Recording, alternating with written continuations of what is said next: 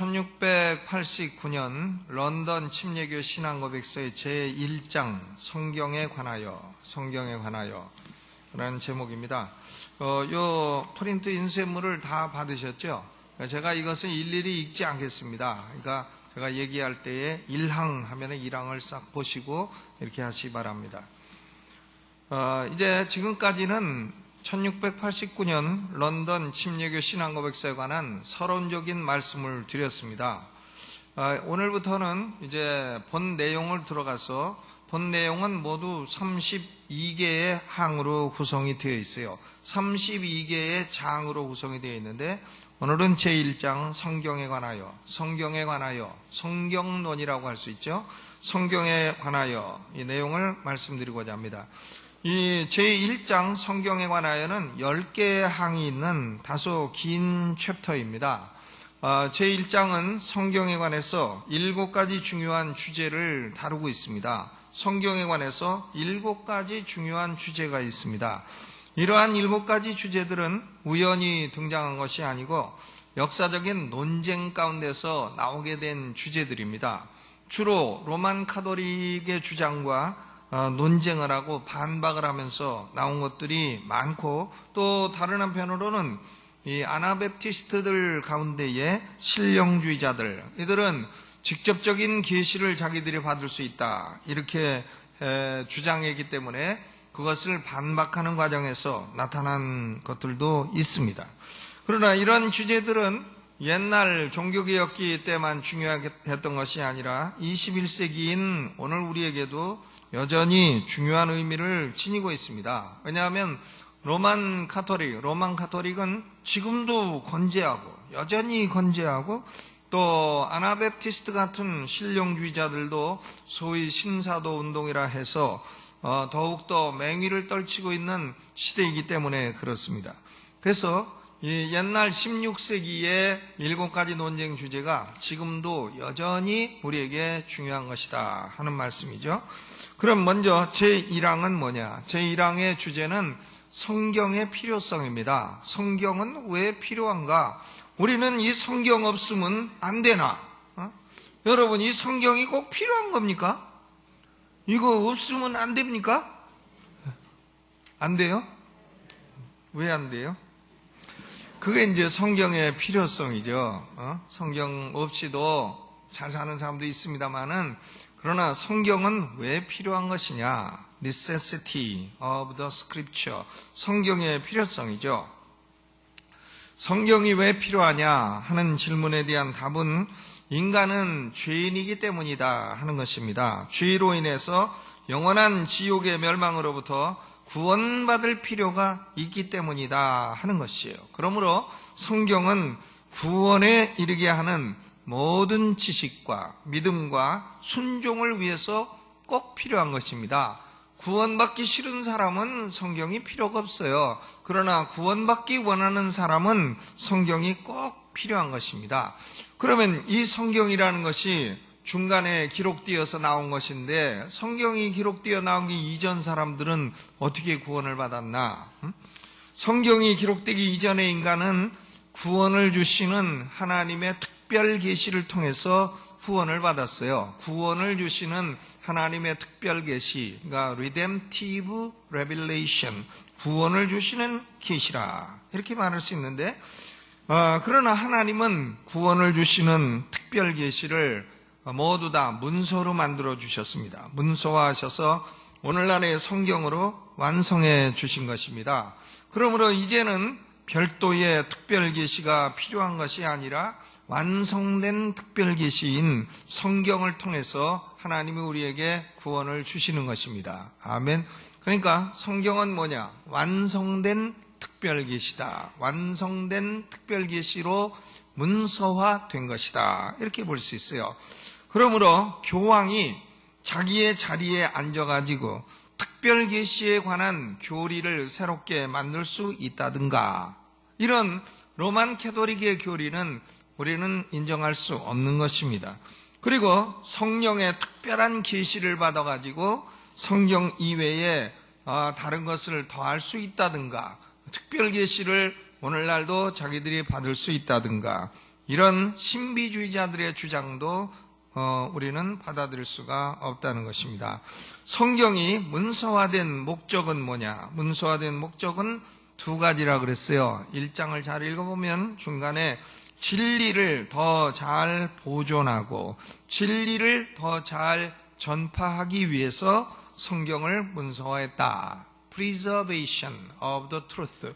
진리를 보존하고 또 진리를 전파하고 Proclamation of the truth.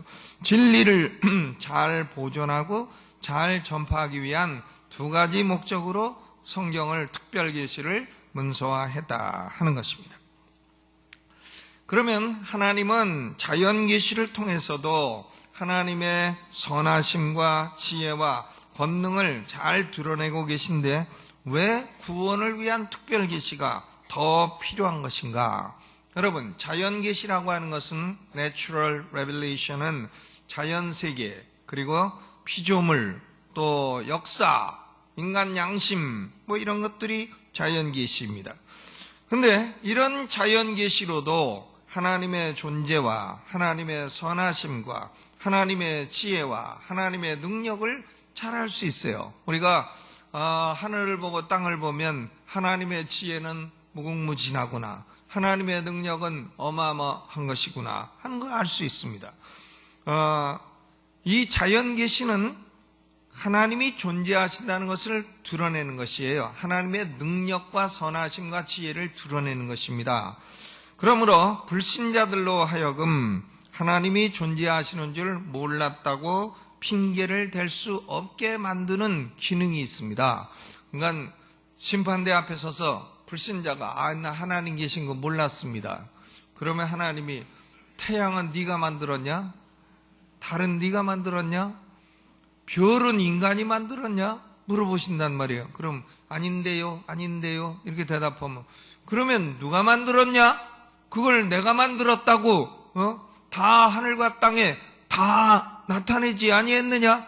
그러면 유구무원이거늘 아무 입이 있어도 대답할 수 없어요. 그러니까 자연계시의 기능은 뭔가 하면 불신자들로 하여금 핑계 댈 수 없도록 만드는 것입니다. 그러나 이 자연계시는 한계가 있어요. 즉 구원에 필요한 지식을 얻을 수는 없는 것입니다. 구원에 필요한 지식, 인간에게 왜 구원이 필요한가? 그리고 구원자는 누구신가? 인간은 어떻게 해야 구원을 받을 수 있는가? 라고 하는 구원에 필요한 지식은 자연계시를 통해서 얻을 수가 없는 것입니다. 구원에 필요한 지식은 오로지 특별계시, Special Revelation인 성경을 통해서만 얻을 수가 있는 것입니다. 그러면 성경이 왜 필요해요? 사람이 구원받을 수 있기 위해서는 성경이 꼭 필요한 것이다. 아멘. 그렇죠? 그러니까 여러분, 성경은 이건 불필요한 책이다, 이런 말은 아주 받아들이지도 마시고, 성경은 필요한 책입니까? 필요 없는 책입니까? 꼭 필요한 책이죠. 그러니까 제1항은 성경의 필요성, 그 다음 제2항과 3항은 뭘 말하고 있냐면 성경의 범위, Identity of the Scripture. 그래서 성경이 어디까지를 성경이라고 하느냐 하는 것이죠. 내가 아침에 썼던 마이크, 무선 마이크 좀 갖고 와봐요. 성경의 범위, 먼저 적극적인 면으로는 성경은 구약 36구권과 신약 27권, 그러니까 3구는 27, 해서 66권만이 성경인 것입니다. 이 성경을 가리켜서 뭐라고 하냐면 정경이라고 하죠. 캐논, 정경이라고 부르는데 C-A-N-O-N, 캐논. 캐논 있죠? 카메라 캐논. 이 캐논이라고 하는 말은 뭔가 하면 똑바른 자라는 의미예요. 자가 똑바르니까 삐뚤삐뚤한 것을 금방 알 수가 있어요. 그죠? 자가 막 삐뚤삐뚤하면은 우리가 그걸 자로 쓸 수가 없습니다. 그러니까 정경, 캐논이라고 하는 말은 삐뚤어진 것을 측량하는 똑바른 자라, 그런 의미가 있는 것입니다. 그러니까 성경과 일치하는 것은 모두 다 올바른 것이고 성경과 일치하지 않은 것은 모두 다 비뚤어진 것입니다. 그래서 이 성경 66권을 뭐라고 말한다고요? 정경이라고 말을 한다 하는 것입니다. 성경만이 오류가 없는 정경인 것이에요. 그러니까 적극적인 면으로 정경은 구약 39권 그리고 신약 27권 도합 66권이다 하는 말씀이고, 그 다음 소극적인 면으로 외경이나 위경은 성경에 포함될 수 없는 것입니다. 그러므로 교회에서 아무런 권위를 가질 수가 없는 것이에요. 외경은 아포크리파라고 하는데 외경이 7권이 있습니다. 로만 카톨릭이나 동방정교에서는 이 외경을 제2경전이라고 부릅니다. 그러니까 7권 외경도 역시 성경에 포함을 시켜요. 그래서 공동번역이라고 나온 캐톨릭에서 쓰는 성경을 보면 외경이 뒤에 들어가 있습니다. 그 외경 7권을 성경에 포함시킨단 말이죠. 이 외경은 마카비상, 마카비하, 지혜서, 집회서, 유딧기, 바룩서, 토빗기, 에스더 추가 부분, 다니엘서 추가 부분 이렇게 해서 7권입니다. 근데 로만 캐톨릭은 이 7권 외경을 정경으로 포함을 시키기 때문에 여기서 온갖 불건전한 교리가 나오게 되는 것입니다. 그러니까 무슨 연옥설이라든가 뭐 이런 것들이 다 어디서 나오나? 우리가 가진 정경에는 그런 게 없어요. 근데 그런 거 어디서 나오나? 외경에서 나오는 것입니다. 그러니까 카톨릭은 외경 7권을 정경으로 인정을 하니까 우리하고 교리가 달라질 수밖에 없는 것입니다. 그러나 우리 개신교는 이 외경 7권은 전혀 성경으로 인정할 가치가 없다. 물론 뭐 읽어보고 뭐 이런 헛소리도 다 있나 이렇게 알 수는 있지만 우리가 성경으로 인정할 수 없다는 것입니다. 그 다음 위경이라는 것은 슈도그라피아라고 하는데 로만 카톨릭에서조차도 경전 취급을 받지 못하는 이단적인 요소가 아주 많은 경전들입니다. 예를 들면 무슨 마리아 복음서, 여러분 마리아가 복음서 썼다는 얘기 들어보셨어요? 마리아 복음서, 뭐 베드로 복음서, 또 뭐 베드로 행전, 뭐 바울 행전, 사도행전은 들어봤어도 무슨 베드로 행전 이런 건 못 들어봤죠. 그러니까 이런 것들은 전부 다 위경들이에요. 가짜 책입니다. 가짜 책들, 읽을 가치도 없는 책들을 위경이라 한다. 그러니까 우리는 외경이나 위경은 전혀 인정할 수가 없다는 것이죠. 그러니까 사망을 봐요. 사망에 보면 보통 외경이라고 불리우는 책들은 하나님의 영감에 의한 것이 아니기 때문에 정경으로 분류될 수 없으며 하나님의 교회에서 권위를 가질 수 없고 다른 방법에 의해서도 인정받을 수 없으며 인간적인 일반적인 작품 이상 간주되어서도 안 된다 그랬어요. 그렇죠? 외경, 위경. 성경은 몇 권만이 성경입니까? 66권. 구약은 몇 권? 39권. 신약은 27권. 그 다음 세 번째로 제4항과 5항은 성경의 권위성에 관해서 다루고 있어요. authority, 권위성. 이 성경의 권위성에 관해서는 두 가지 질문을 대답하고자 하는 것입니다. 하나는 왜 성경은 권위 있는 책인가? 여러분, 이 성경이 권위 있는 책입니까? 이 성경을 우리가 순종을 해야 됩니까? 왜요? 대단하시네. 왜 성경이 권위 있는 책이냐?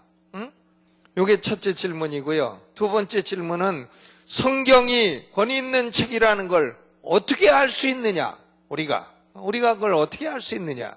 그런 질문이에요. 그러니까 왜 성경이 권위 있는 책이냐? 이것은 객관적인 질문이고요. 성경이 권위 있는 책이라는 걸 우리가 어떻게 알 수 있느냐 하는 것은 주관적인 질문인 것입니다. 첫째 질문에 관해서는 4항이 대답을 하고 있고 둘째 질문에 관해서는 5항이 대답을 하고 있습니다. 왜 성경이 권위 있는 책이냐? 로만 캐톨릭에서는 교황이 권위 있는 책이라고 선포했기 때문이라는 거예요. 교황이 뭔데? 최근에 한국에 오신다 그러는데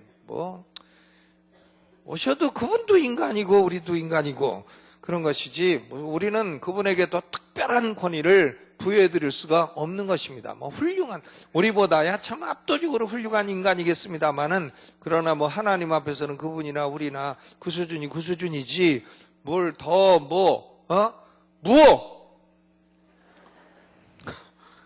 뭘 더 우리가 그렇죠? 그러니까 교황이 이 성경을 하나님 말 권위 있는 책이라고 선포했기 때문에 권위 있는 책이 됩니까? 그렇지 않습니다. 성경이 권위 있는 이유는 성경의 저자가 하나님이시기 때문이에요. 이 성경이 누구의 말씀이기 때문에? 하나님 말씀이기 때문에 권위가 있는 것입니다. 아멘. 그러니까 이 성경이 모든 인간에게 구속력을 갖게 되는 것이에요. 왜 구속력을 갖느냐? 하나님 말씀이니까. 모든 인간은 성경의 권위에 순종을 해야 되는 것입니다. 성경이 말씀하시면 우리가 순종을 해야 돼요. 왜? 이것은 하나님의 말씀이고 권위 있는 말씀이기 때문인 것입니다.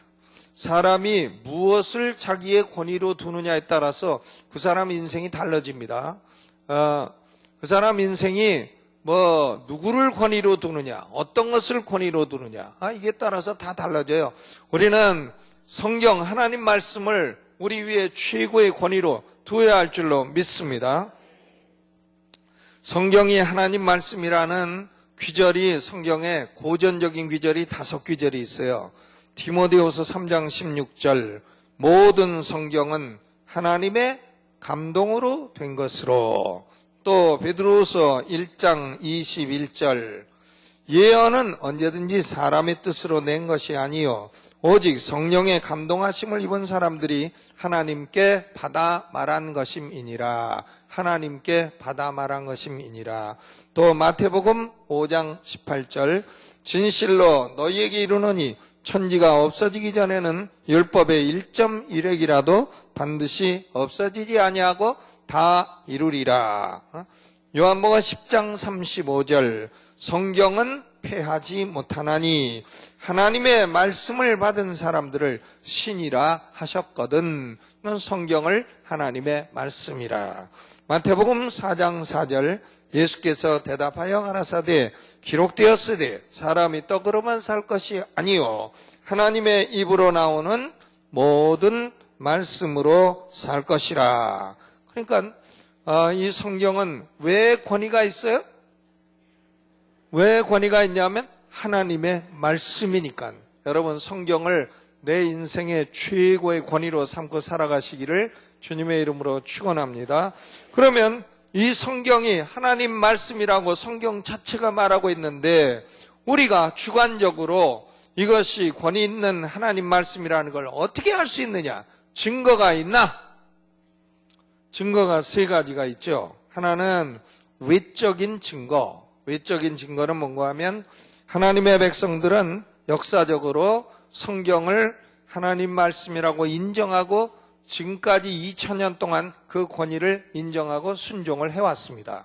하나님의 교회는 다 그랬어요. 그러니까 이것이 외적인 증거고 더 중요한 것은 성경 자체가 가지는 내적인 증거예요.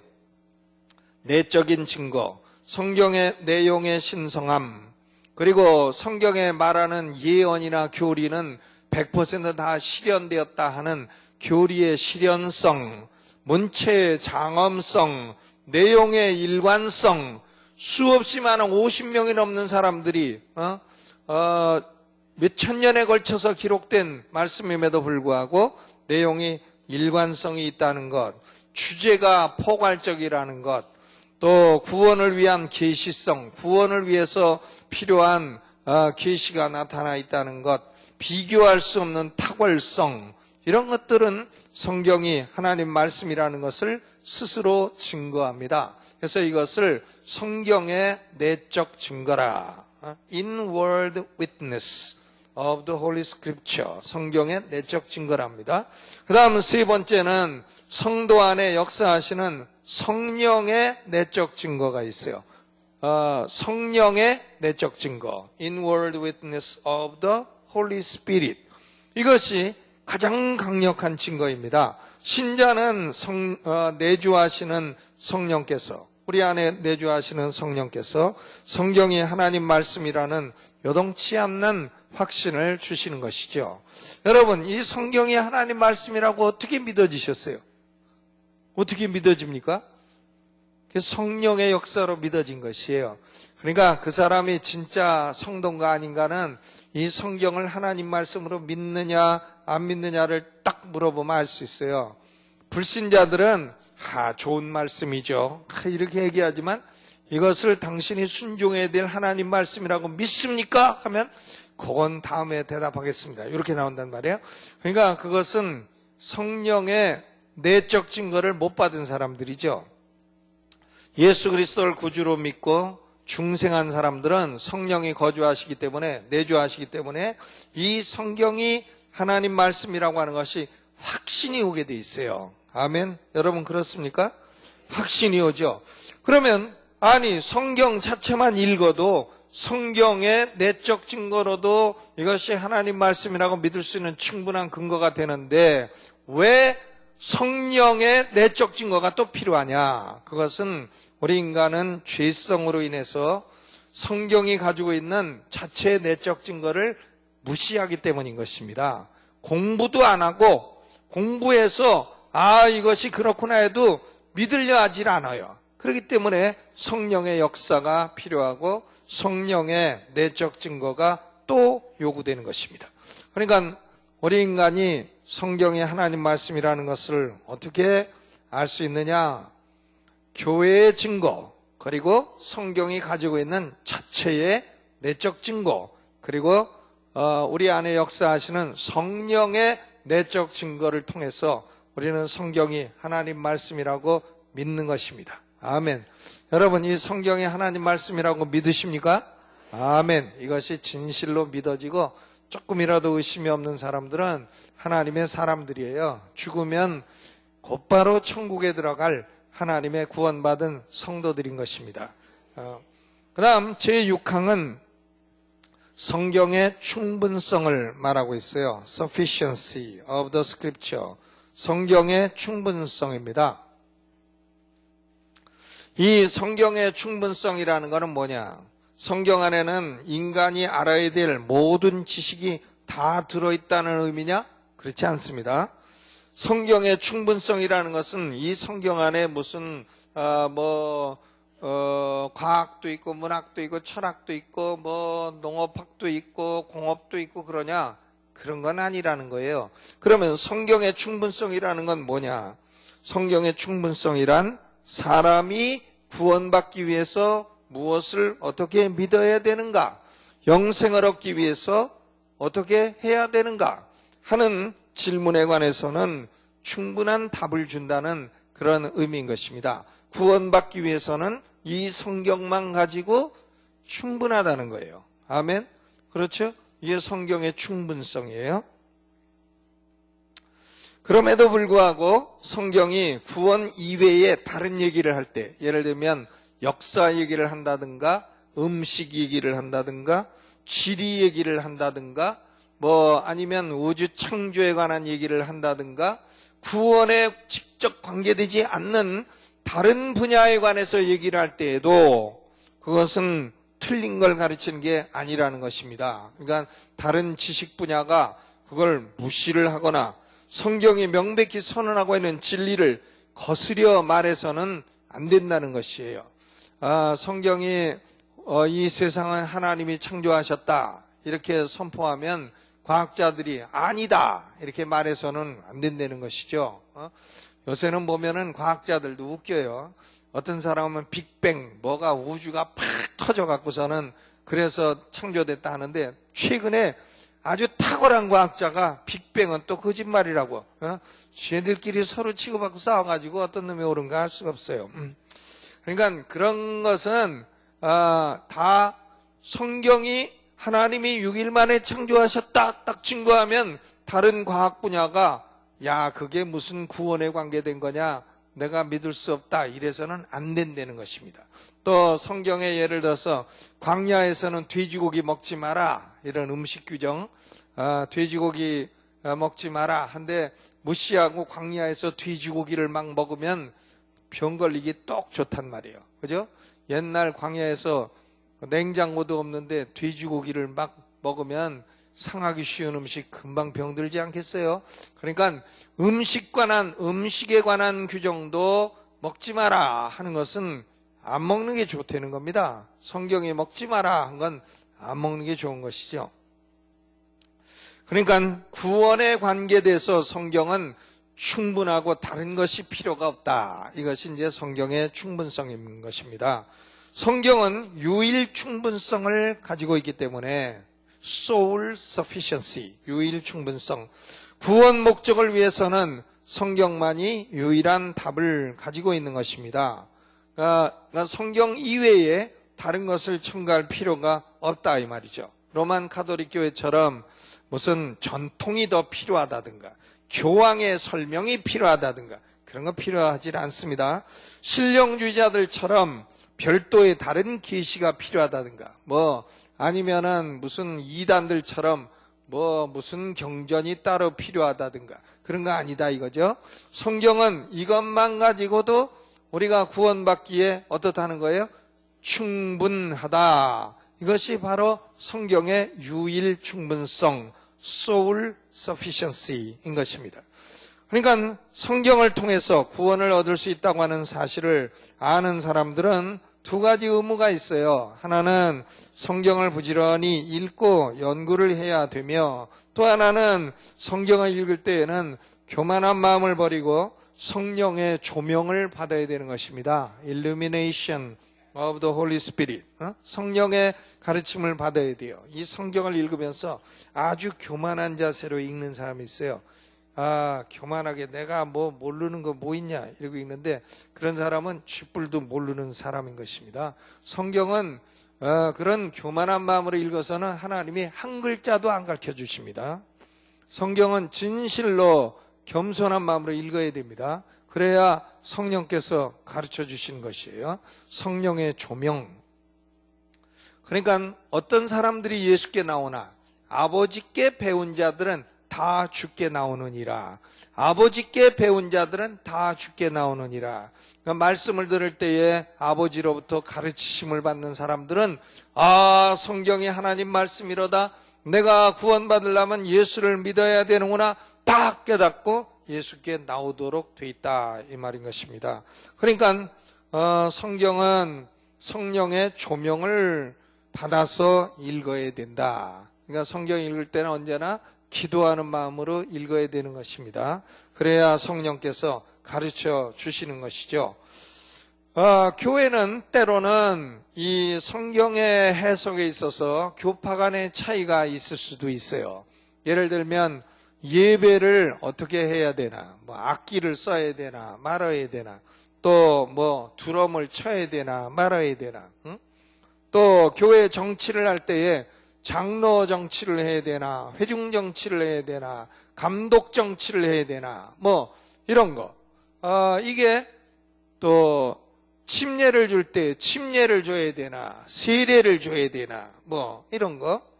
이 예배 방식이라든가 교회 정치라든가 이런 영역에서는 교파별로 차이가 있을 수 있습니다. 우리 신앙고백서는 이런 경우에는 하나님 말씀의 범위 안에서 상식이나 분별력을 활용해야 된다. 이렇게 선포하고 있어요. 뭘 활용해야 된다고요? 상식을 활용해야 되고 분별력을 선포해야 된다. 예를 들면 어떤 사람들은요, 한국의 아주 리버럴한 목사들은 주의 만찬을 꼭 포도주하고 빵으로 떡으로 해야 되나, 빈대떡과 막걸리로 하면 안 되나. 이런 것은요 아주 상식에 어긋난 짓이에요. 교회가 무슨 막걸리 집입니까? 빈대떡 신사가 오는 막걸리 집이냐고요. 무슨 빈대떡과 막걸리로 하겠다고. 이런 것은요 근본 성경을 대하는 태도도 아주 잘못됐고요. 그 그 다음에 성경에 대한 기본 상식도 갖고 있지 못한 것이고요. 그것은 아주 분별력이 없는 상당히 교만 무쌍한 소리인 것입니다. 그러니까 주께서 포도주로 하라, 그리고 떡으로 하라 하면 그렇게 하는 것이 옳은 것이지, 포도주 대신 한국 막걸리로 하자, 아닌 것이죠. 막걸리는 무슨 색이에요? 하얀색? 너희끼리 안 돼? 이 막걸리는 옛날에 청계천 물로도 많이 만들었다 그러고 한데 거기다 카바이트도 넣고, 근데 그런 걸 갖고 교회에서 먹어요. 또 빈대떡, 빈대떡은 참 녹두로 부치면 맛있지만, 그러나 그것은 빈대떡 안에는 뭐 갖가지 김치도 들어가고 고사리도 들어가고 여러 가지 잡것이 들어가기 때문에 그리스도의 몸을 하나를 가지고 나눈다는 의미가 나올 수 없는 것이에요. 그러니까 그런 것은 분별력과 상식을 이용할 때에 안 되는 것입니다. 물론 뭐 교회가 이렇게 작을 때는 직접 민주정치를 하지만 교회가 커지면서 장로 정치를 하는 게 좋겠다, 이런 것은 분별력을 사용하는 것이기 때문에 뭐 그런 것들은 우리가 뭐 나쁘다고 할 수가 없는 것입니다. 장로교회를 하던 침례교회를 하던 그런 것은 뭐 그렇게 나쁘다고 말할 수가 없는 것이죠. 그러니까 우리 신앙고백서는 이런 문제에 관해서 성경이 구원에 관련된 것이 아니기 때문에 이런 부분에 관해서는 상식을 활용해서 판단하면 된다, 이렇게 선포하고 있다는 것입니다. 그리고 다섯 번째로 제7항과 제9항은 성경의 명료성에 관해서 다루고 있어요. clarity. 여러분, 성경을 읽으면 성경이 다 의미가 분명합니까? 요한계시록을 읽으면 의미가 팍팍 들어오고 분명해요? 그런데 명료성은 또 무슨 명료성? clarity of the scripture. 성경의 명료성이라는 건 도대체 무슨 얘기입니까? 성경의 명료성이라는 것은 사람이 구원받기 위해서 반드시 알아야 되고 믿어야 하는 진리에 관해서는 성경은 분명하게 제시하고 있다는 거예요. 구원받기 위해서 필요한 것은 아주 분명하다는 겁니다. 구원받기 위해서 어떻게 해야 됩니까? 사람이 죄를 회개하고 예수 그리스도를 구주로 믿어야 한다. 이것은요, 어린아이도 할 수 있고 뭐 무식한 사람도 할 수 있고 누구라도 할 수 있어요. 구원에 관한 진리에 관해서는 조금도 흐릿하지 않다는 것입니다. 사람이 구원받기 위해서 무슨 선행을 갖다가 붙여야 된다든가 이런 거는 성경이 가르치고 있지 않은 것입니다. 그러므로 적당한 성경 연구 방법을 사용하기만 한다면 유식한 자나 무식한 자나 구원받는 진리를 충분히 이해하고 믿을 수 있다는 것입니다. 제7항이 그것을 선포하고 있죠. 7항 뒷부분에 보면 따라서 유식한 자나 무식한 자나 적당한 방법만 사용한다면 그 진리에 대한 충분한 이해를 가질 수 있을 것이다. 이것을 성경에 뭐라고 한다고요? 명료성. 그러나 신앙고백서는 두 가지 한계를 말하고 있어요. 하나는 성경의 모든 부분이 다 의미가 명확한 것은 아니라는 것입니다. 베드로서 3장 16절을 보면 알기 어려운 것이 덜어 있으니 이런 말씀이 있어요.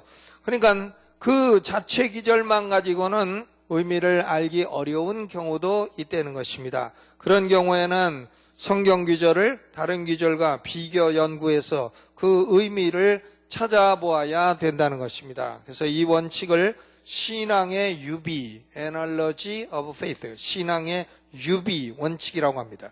그러니까 제9항이 신앙의 유비 원칙을 말하고 있어요. 9항을 한번 읽어보시죠. 시작. 성경을 해석하는 무오한 규칙은 성경 자체이다.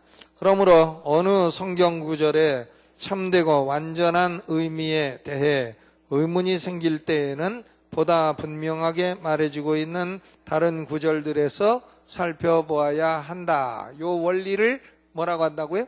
신앙의 유비라는 것은 비교해 본다는 말이죠. 신앙의 유비, Analogy of Faith라고 합니다. 또 두 번째 한계는 뭔가 하면 성경은 모든 사람들에게 동일하게 그 의미가 명료한 것은 아니라고 했습니다. 모든 사람들에게 의미가 다 명료한 것은 아니에요.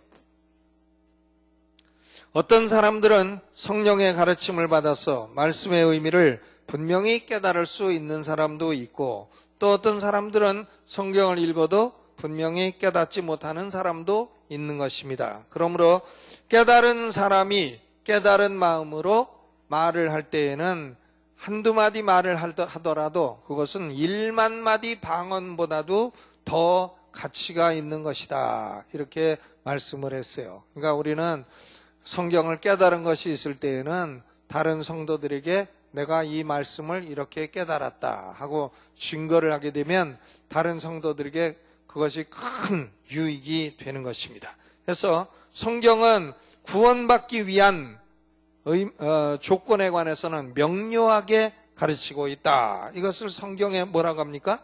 명료성, clarity of the scripture. 그 다음 제8항은 성경의 사용성을 말하고 있어요. 성경은 모든 사람이 사용할 수 있어야 된다. 그러니까 성경의 해석과 적용이 어떤 특정한 계급에만 한정되어 있다고 하는 로만 카톨릭의 원리를 배척하는 것입니다. 카톨릭은 신부들만 성경을 해석할 수 있다고 말해요. 그러니까 평신도들은 성경을 해석하면 틀릴 우려가 있고 하기 때문에 읽어서는 안 되고 해석해서는 안 된다. 그래서 성경을 1215년 툴루스 종교회의 때부터 평신도들은 성경을 갖지 못하도록 했습니다. 그러다가 드디어 1950년대에 와서 제2차 바티칸 공회를 하면서 이제는 평신도들도 성경을 가질 수 있다. 이렇게 됐어요. 20세기에 와서 비로소 성경을 소유하게 된 것이고, 거의 7, 800년 동안 평신도들은 성경을 가지지 못했습니다. 그러나 우리 침례교회는 성경은 모든 사람이 사용할 수 있어야 된다. 그리고 또 구약 성경은 히브리어로, 신약 성경은 헬라어로 기록이 되었으나 하나님의 백성들은 원어를 잘 모르기 때문에 각 민족의 쉬운 방언으로 번역이 되어야 한다. 그러니까 우리 침례교는 이 성경은 각 나라의 언어로 번역돼야 한다는 것을 적극적으로 지지를 하고 있는 것입니다. 그러니까 이 선교사 중에 성경 번역을 제일 먼저 앞장섰던 사람이 윌리엄 캐리라는 1792년에 영국에서 인도로 파송된 선교사입니다. 그런데 이 윌리엄 캐리가 침례교 선교사죠. 이분이 인도말로 수십 개국어로 성경을 번역했어요. 혼자서. 놀라운 사람이에요. 이 사람이 혼자서 20개국어를 달통했던 사람이에요. 이건 하나님의 특별한 은사죠. 제 나라 말도 잘 못하는데 20개국어를 한 사람이 해가지고는 성경을 번역해냈다. 참 영웅 중에 영웅, 위인들이죠. 위대한 사람들인 것입니다. 그래야 하나님의 말씀이 모든 종족들에게 풍성히 거할 수 있게 된다 하는 것입니다. 옛날에는 로만 카톨릭은 신부들이 제 나라 말로 설교도 안 했어요. 설교도 라틴 말로 했어요. 그러니까 사람들은 불어를 쓰는데 신부는 라틴 말로 해. 그러면 사람들이 알아듣나? 몰라요. 그러면 신부는 아나? 저도 잘 몰라요.